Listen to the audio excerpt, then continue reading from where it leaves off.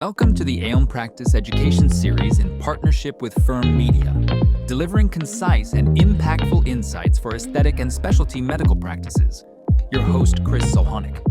And today we have a special guest, Mark Theis, a leader closely involved with shaping the direction and growth of the Aesthetic Society. Mark, welcome to the show. I've known you for a little bit now. I've been super excited about all the changes you brought to the Aesthetic Society. Tell our listeners a little bit about yourself and how you ended up in that seat.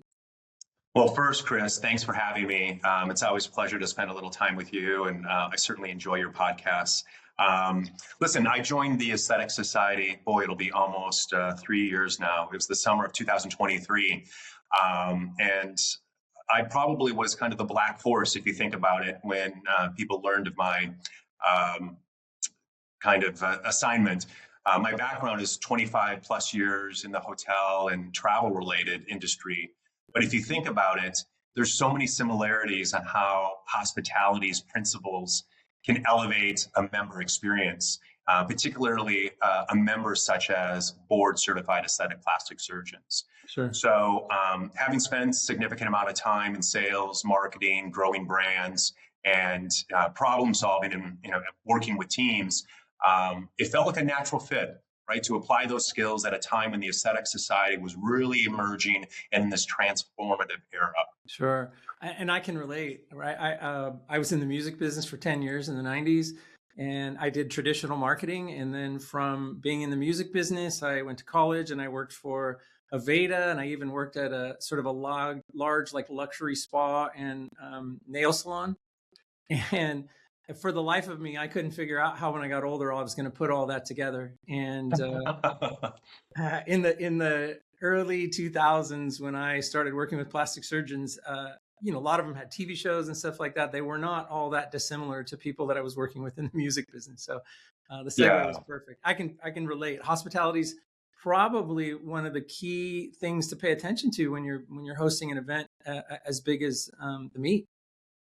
Yeah, no, absolutely. If anything, over my almost 3 years here, we become even more bullish when we think about the events and programs that we're trying to produce and certainly enhance. And hopefully our members and industry partners have seen that. And we're going to continue to constantly rethink and reimagine the user and experience of those attendees. So you're going to continue to not only see that in Boston, but all the different, programs that we're going to be creating and producing going forward. Sure. I'm excited about this. Are you ready to jump into the Q&A? Sure. The Aesthetic Society continues to evolve. What are the most important priorities the organization is focused on right now for its members? The Aesthetic Society is focused on growing our brand, ensuring that we maintain our leadership role in a very saturated and crowded environment, and be the best of the best, right? The Aesthetic Society has been around for over 50 years, and the point of differentiation that has stood out of our organization is that we have the rock stars, right? These are board certified aesthetic surgeons, and we are the ones, creating the best education to ensure that they're professionally skilled to ultimately ensure the best outcome for patients.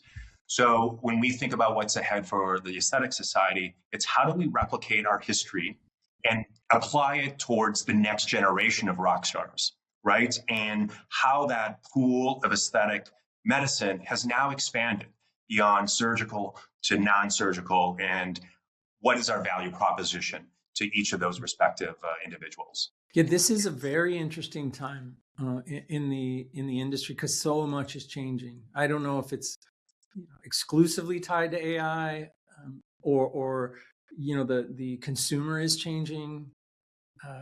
When I first started doing this, plastic surgery was sort of not really accessible to the middle class, and over the years it's become super accessible. So that changes the financial structure of how practices are generating revenue, how they're marketing, and what they need to know and do as a practice to grow. So I think that the timing is perfect. Chris, I think you hit the nail on the head, right? I think we all realize that the aesthetic economy is accelerating, right? Patient demand is rising, and we know our members are, on the front lines, not only culturally and helping the influence around this, but they're directly involved on helping more patients accomplish what their needs are today. In fact, 23% of the patients today are ranged between the ages of 30 and 39. That is a huge uptick. There were 28 million minimally invasive procedures in 2024. We're also seeing $3.1 billion in private equity in this space. I mean, these are all huge indicators that are continuing to show that this is only going to continue to uptick in the years ahead. Sure. So even more important that the Aesthetic Society emerges as the forefront leader, ensuring patient safety and ensuring that patients are properly instructed on where to go for the best. And that's everything that we're centering our focus around. Sure. I appreciate that answer. Yeah, like I said, I think I've been in this industry a very long time. I've been on that trade show floor. I think this might be my 25th year. And some of the people that I'm starting to work with now are people who maybe even back in the past didn't even need to do marketing. But I mean, the amount of med spas that are opening right now are staggering. The amount of competition and the noisiness and the noise that's created when people are trying to figure out what they need or what they want is also staggering. So, yeah, I think the changes that you all are making, and also it sounds like the commitment to stay,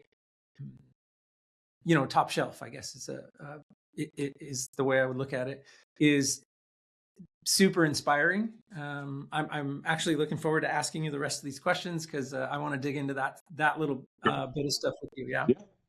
Yeah. With the launch of the new ASAPS or ASAP's tagline, what message is the society most intentionally sending about its future direction and values?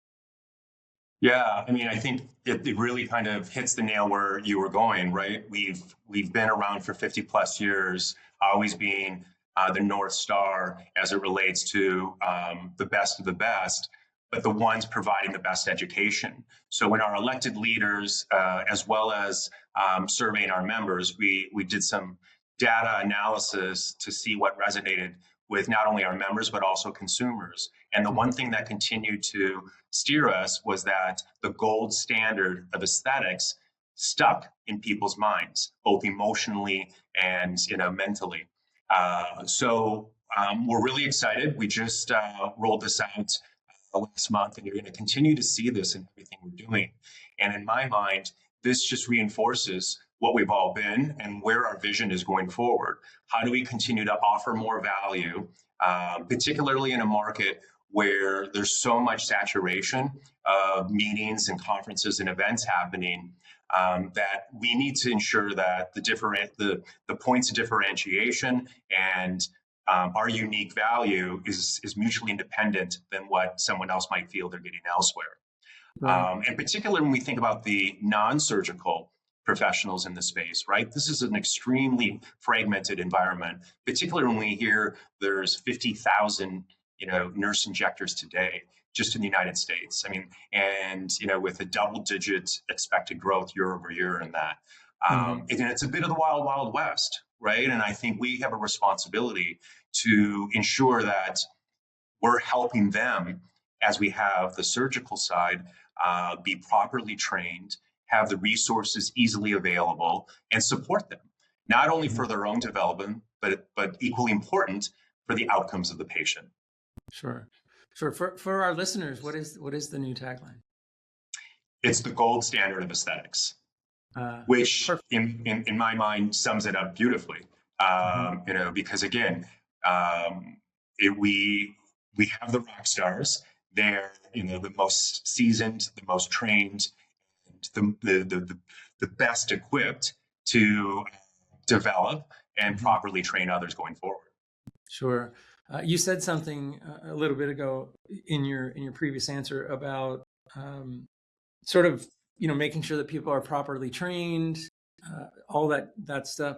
Also, points of differentiation, and then also that not only I think it's important for the society to be clear on their points of differentiation and value propositions, but that's becoming increasingly more predominant from a marketing perspective for each practice as well. This is the lens I look at it through, because these are the conversations that I'm usually having, right? There was a day where someone could call me and say, hey, build me a website and send me leads, and then never want to talk to me. Just do your job and I'll do my job and everything's great. And unless there's so much noise out there. I mean, if someone gets a referral, they're looking at 6 of your competitors before that are saying all kinds of things, right? And if the people that you're working with can't differentiate you or can't help people understand your value propositions, they're less likely to choose to work with you. So I think we're entering a time where the need for brand positioning is becoming so much more important. Yeah, I think that's a great point, Chris. And I think brand positioning, one element of one person's position, in my mind, that is critically important is about the patient's experience, right? And this goes back to what you asked at the onset of our interview, with my hospitality background, because there is this direct correlation around, in my mind, guest experiences from my hospitality days to patient experience. And that's essentially how each of these physicians should be treating their practices, because at the end of the day, we know our doctors are going to be equipped with the best skills, professional demeanor, and techniques to drive the beauty outcomes. But beyond that, it's about how does that patient remember the experience, right? And because we all know, we go back to a restaurant, not just because of the food, but how we felt. So I think where one continues to stand out, going back to this point of differentiation, is how do we inflex hospitality, or how do we inject that sense of memorable moments that are uniquely different than, say, the med spa down the street. Sure. And that's where we can ensure we're properly guiding, teaching, developing our doctors, our practices, to distinguish themselves uniquely, separately than others. I was having a conversation last night with a client. Well, last night he was a potential client. As of this morning, he's a client. We were talking about brand positioning and how important it is, and he was asking me questions about how we were going to approach certain things, and I said I just can't answer those questions until I spend a couple of hours, workshopping how we're going to position you. And I said, because I'm going to get in the workshop and I'm going to ask you about your differentiators, and you're going to tell me that every patient has your cell phone number, so they have a personal connection with you. Not a differentiator. Everyone tells me that. You might tell me about how you have the best technology or the safest spaces to operate in. Also not differentiators, right? You might tell me that you have an incredible bedside manner, not a differentiator. These are things that every single person tells me. Every single person has this on their website. You really have to dig deep to start figuring out, Yeah, no, you definitely, you do. And I think it's, it goes back to, I keep relating this back to like my previous, first part of my career journey around tourism and hospitality. These moments matter, right? And you know how you felt when you stayed, on a vacation with your family or friends, or I look at one of the recent series right now, The Bear. Right. I don't know if you've watched it. I live in Chicago, so it's obviously a big deal here, but it's about, Michelin star restaurant chef and this and that. And in the fourth season, at the end of the day, this family from California comes to Chicago because they want to have this amazing meal at this Michelin star restaurant. But the son, all he wants is a dog, right? Like a hot beef sandwich. Yeah. And the Michelin star restaurant turned around and did it. And you probably watched this episode, but that scene basically showed that they not only, curated something that was so unique and personal based upon what meant something special to them, they took it to a whole different level, right? So it's kind of what we had this philosophy or this concept, if you will, in the hotel business, surprise and delight, right? So I think that in my mind is what we at the Aesthetic Society are viewing what our role is on how we serve our members and build this relationship with our members. But equally important, how do we instill that in our doctors on how they are running their day-to-day practices? Sure. All of that is solid insight. You're also the second person from Chicago this week that told me about the TV show there. So Never watched it? no, I'm gonna have to get on it. Oh yeah, no, it's great. Um, It's really, really good. yeah. All right. So can you tell us a little bit about Allied Pro, the Allied Pro members, and how these members will be supported throughout the year? Yeah, I mean, so Allied Pro was basically a new membership category that we introduced about a year and a half ago. And this was really a response to the pure fact that this space has just ballooned over the last 5 years. Going back to what we discussed earlier, how it's a bit fragmented for these non-surgical team members who are supporting our doctors' practices, and everyone not really knowing where they should go for education, everyone not necessarily having a sense of community or central landing pad. So in our minds, we would be the natural fit to fill that void. So we introduced Allied Pro, which is basically designed for non-surgical aesthetic professionals, RNs, PAs, patient coordinators, maybe it's the office manager, maybe it's your social media manager, anyone who's touching a med spa or an aesthetic surgeon's practice. How do we take what we did so successfully on providing great education for our doctors and replicate that to the non-MDs? Sure. So we stood this up a year and a half ago, and we've developed webinars. They can attend our annual meeting. They can attend other symposiums throughout the year. We've created what we've called the Aesthetic Academy, where one can download and have on-demand access to past education content. And then during this whole process, they can have a bit of fun and gamification and community. Similar to, say, Peloton or any of these others, you basically earn badges first. So as much as you learn, you get to earn different badges. So it becomes a bit of almost like accreditation or credentialing, and in the minds of a consumer, more credibility that this individual's leaning in and taking more and more curriculum to perfect their skills. Sure. Is there a forum available to this group of people? Well, there's as far as a forum, I mean, there's we have a what we call like a portal, like everyone can kind of have all their push and pull notifications, track their educational learning. They can obviously monitor their growth of recognition badges and so forth. And then in my mind, the forum really becomes we have these monthly webinars, we have curated paths of recommended content that we would say an RN should take versus a nurse injector versus maybe an office manager. So we're really being proactive, encouraging learning in a tailored fashion for their specific position. I think it's brilliant that the Aesthetic Society is incorporating that. Firm Media is involved in a couple different verticals. One of them is oral surgery, and there's a massive oral surgery conference every year. There's a couple smaller oral surgery conferences, but what ended up happening is SAMHSA is a sort of treatment coordinator, patient coordinator, office admin society where they have their own meeting each year. And I happen to do some marketing for that society. And one of the things that they offer is a forum for people to just go in and ask questions. And my understanding is that's one of the things that people rave about for that. So just a bit of insight. I mean, I think it's brilliant that you guys are incorporating that and not letting somebody else sort of create that, like bringing it all in house so everybody's getting the same message. I think it's brilliant. So explain that. Are they like, it's almost like a chat, like a two-way chat that they're getting this type of interaction or what? I'm sure you have some sort of forum for the surgeons, right? Where they get to talk about their experiences with vendors or recommend vendors to each other or solve problems together. It's exactly the same, but it's for that. It's for the other group of people to say, hey, I'm having this problem with IT. And now we have 3 offices and our local IT guy can't handle the problem. So how do I do that? Got it.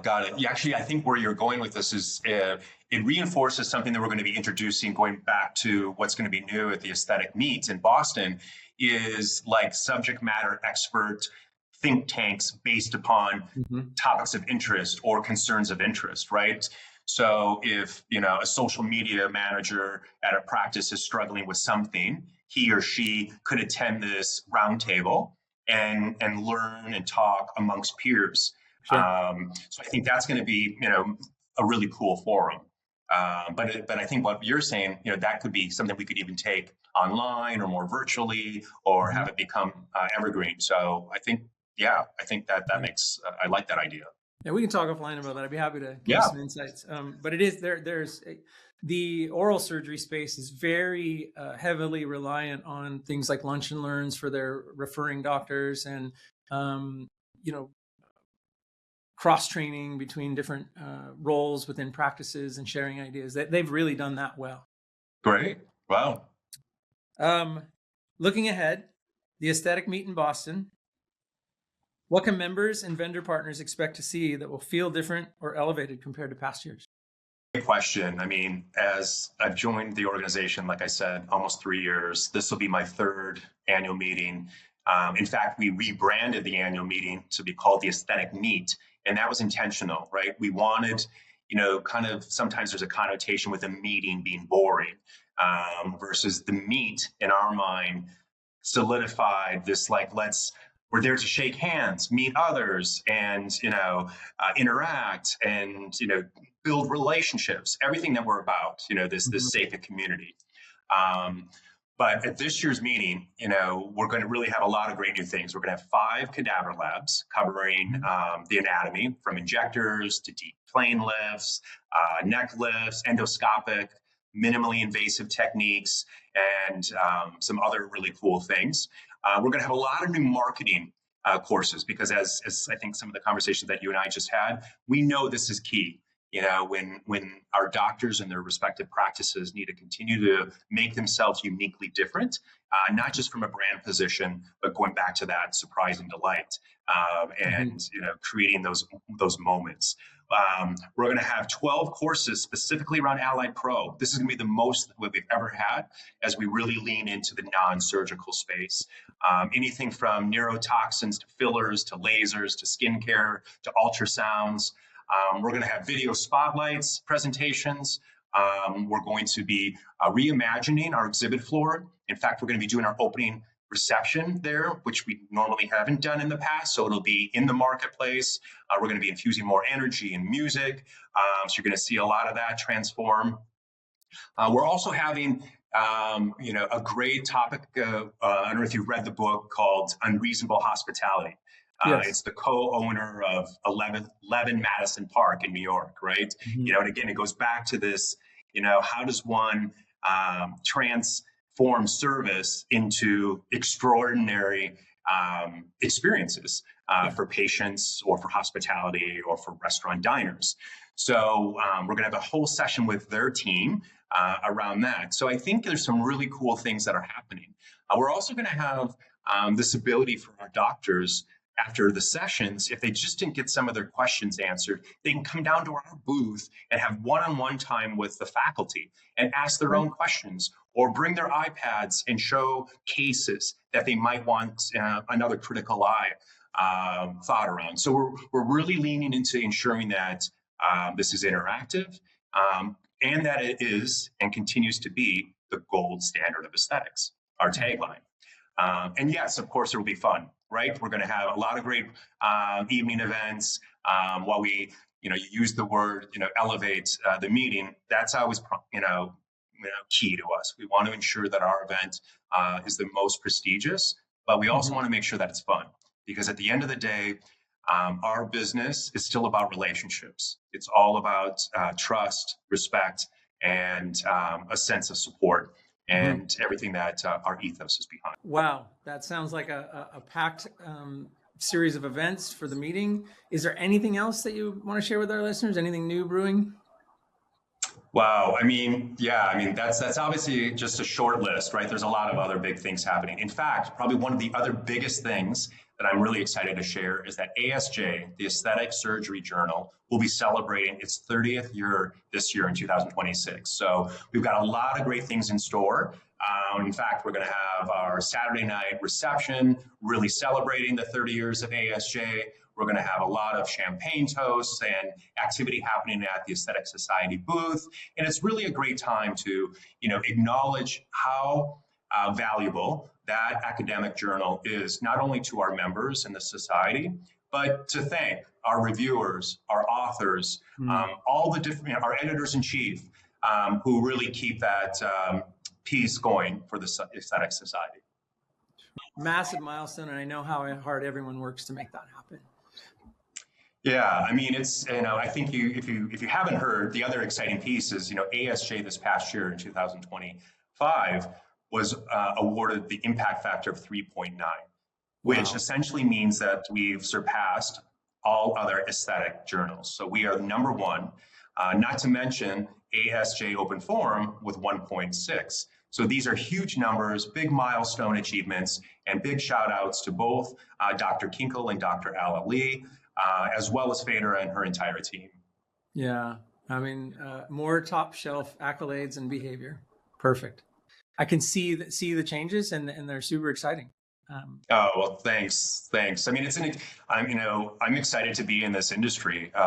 It was when this opportunity surfaced, and I had to think about it. I'm like, what a perfect opportunity, right? It's such an emerging space, and somebody with my background, both in sales, marketing, brand, managing teams, it came at a perfect time when the organization needed a bit of transformation to really elevate its awareness, but also drive larger engagement. And all the things that I'm confidently saying are on the right path forward. That's great. Mark, I always enjoy getting time to talk to you. I'm really glad that you could make time to be on the show. I know our listeners are going to get a lot out of this. I want to ask you one more question. This is the time in the show where I ask you for your Alm Essential insight. So what is one takeaway you leave our listeners with as they wrap up listening to this episode and go back to work in their practice? Wow, that's a great question. I mean, I think, we spend a lot of time talking about value, points of differentiation. Obviously, a big focus of our strategic vision is around growth. But I think at the end of the day, as the leader of the organization, who gets to work alongside an incredible board of directors, I have to juggle the pure fact of how do I think about scale without losing the personal high touch experience that sets us apart across all these different generations, as well as their role within the aesthetic space, right? So I think, to me, that's, how I look at scale while still offering that unique moment. So while I look at that at kind of the holistic or large level on behalf of our member organization, I think it also applies, to each of our respective viewers or listeners and their businesses, because everyone is continuing to ensure relevancy, but also meaningful moments that will keep a customer for life. Yeah. Mark, thank you for that. And thank you again for taking the time to be on the show. If I don't see you before, I definitely will see you in Boston. Yeah, Great. Thanks. Great. I'm sure our listeners are going to love this episode. Thank you. Oh, Chris, great. It's always a pleasure spending time with you, and I appreciate your support and advocacy of this space, but also for the Aesthetic Society. Please give us a like and subscribe to stay up to date with the Elm Practice Education series.